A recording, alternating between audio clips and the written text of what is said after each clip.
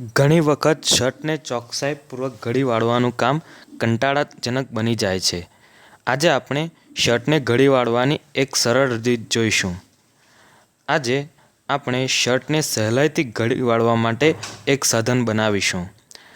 ડાબી બાજુનો ટુકડો 30 સેન્ટીમીટર પહોળો અને 75 સેન્ટીમીટર લાંબો છે. જમણી બાજુનો ટુકડો એકદમ ડાબી બાજુના ટુકડા જેવો છે. વચ્ચેનો ટુકડો 30 સેન્ટીમીટરના બે ચોરસ અને એક 15 સેન્ટીમીટર બાય 30 સેન્ટીમીટરના લંબચોરસનો બનેલો છે. પૂંઠાના આ સાધનમાં કુલ 5 ટુકડા સેલોટેપથી જોડાયેલા છે. હવે ઇસ્ત્રી કરેલા એક શર્ટને આ મુજબ પૂંઠા પર ઊંધું મૂકો. હવે આ મુજબ ડાબી બાજુના ટુકડાને અંદર તરફ વાળો. વળેલી બાંયને ખોલી દો. ત્યાર પછી જમણી બાજુના ટુકડાને અંદર તરફ વાળો. હવે બાંયને ફરીથી વાળવા માટે ડાબી બાજુના ટુકડાને અને જમણી બાજુના ટુકડાને ફરીથી અંદરની તરફ વાળો. હવે નાના લંબચોરસને ઉપરની તરફ વાળો અને પછી ચોરસને ઉપરની તરફ વાળી શર્ટની ઘડી કરી દો.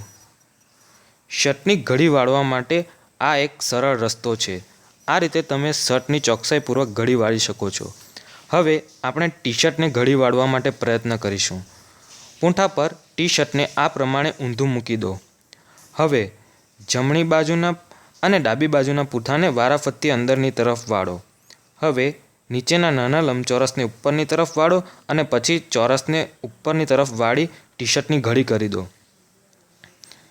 ટી-શર્ટને ઘડી વાળવાનો બીજો પણ એક રસ્તો છે. હવે આ વિડીયોને ધ્યાનથી જુઓ, કેમ કે તેનું વર્ણન કરવું અઘરું છે. ટી-શર્ટ પરના બે બિંદુઓને આ રીતે પકડીને તમે શર્ટની ઘડી વાળી શકો છો. આ રીતે તમે ખૂબ જ ઝડપથી ટી-શર્ટની ઘડી વાળી શકો છો.